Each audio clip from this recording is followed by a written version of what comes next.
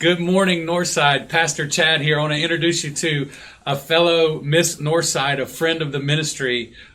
This is Doris, and most of you know her husband, Chris. And here's how you know Chris. About 2.5 months ago in February 16th, Chris was baptized at Northside Church. And if you remember when he was baptized, they said, we've got to baptize Chris today because he's getting married tomorrow. And so guess what? This young lady here is the young lady that Chris married about 2.5 months ago. And so the reason Doris is with us today, Doris has a unique ministry that is on Instagram and Facebook and basically just through social media that she's been doing now for a couple of years. And recently, my eye has really been turned toward it. I've seen a lot of her work. And we've also had some of our students and some of our people that have tagged her on Instagram and Facebook and just talked about how much of a blessing she has been to them. So we wanted to have Doris with us today and just ask her a few questions about this ministry and what she's doing. And so you'll see on the screen right now, we have her username on there. It's called the Apple of His Eye by Nanda. It's kind of a long username, so we've got it on the screen. And go give her a follow. Give her a follow right now, and you'll see what we're talking about here as we go through this little interview today. But Doris, tell us, first of all, where are you originally from, or how did you get to Northside to be with us? To the church? Yeah, and just like where are you from originally and all that? I was born in Honduras, and I moved to New Jersey. And then obviously I moved to Florida after. And then going to church, we've been going to Northside probably like 6 months ago. Wow. And I want to add a little short testimony to that. Asep told us about, Northside. And obviously Chris and we decided to pray about it if it was God's will to go to the church. And I had a dream. In my dream, I saw someone drawing in a book. The next day we visit the church and you were preaching. And when we sit down, I saw this little girl drawing on a book. So I know that was a confirmation of God telling us, this is where I want you. Wow. So we've been going there for 6 months and we love it. Awesome.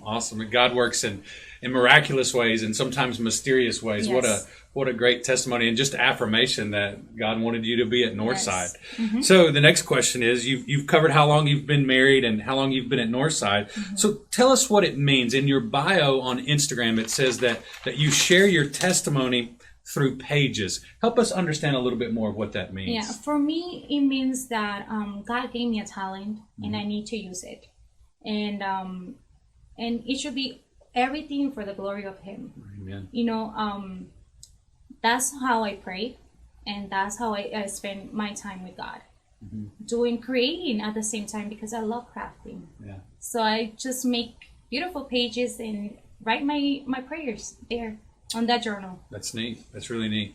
So as you journal and as you write and as you do these hope letters, which we're going to talk about in a second, what I've been thinking as I've been following your page and reading some of the stuff that you're doing, I'm thinking, well, how can others at Northside, how can we do things that are similar to what you're doing, especially during these days of pandemic when we can't gather together? How can we do a similar ministry that you're doing there with sharing the gospel through pages? Okay. Especially for the girls, we love doing stuff with our hands, right? Mm-hmm. So I encourage you that if you're dealing with a lot of stress, panic attacks, or anxiety, or you don't have nothing to do at home, just dedicate that time to God. Spend that time with God instead of letting all this stress coming out to your life, which is normal because I get them sometimes, but I use it for God, to grow in His Word. Yes. So that's how I think it's awesome. Good. Yes. Yeah. So tell us a little more about something you've shared with me before about you used to have anxiety pretty regularly, and tell us how this has helped you with that. Years ago, it was a miserable time of my life. I dealt with a lot of panic attacks. Mm-hmm. They were too bad on my body that I seriously spent almost 3 years in the hospital. Wow. And I was going crazy. I thought I really was going crazy. And but 2 years ago, I decided to start journaling, and making that time, instead of like paying attention to all this stress and anxiety, just giving it to God. Wow. Awesome. So tell us a bit about how you write these letters of hope or hope letters to people, and how that's a gospel ministry, how you're able to share the gospel with ladies. Yes, 3 weeks ago, I asked God, how can I serve Him more? And obviously He answered me, and hope letters came to my mind. And honestly, I don't know what that means, but 2 days later, He gave me the full project to share the gospel in a creativity way. So I started writing Bible verses and send them to people that I don't know. But they have reached out to me, and they have asked me if I can send a happy mail. And that's what I do. And I came across to ladies that they don't believe in God. They tell me, oh, I don't know Jesus.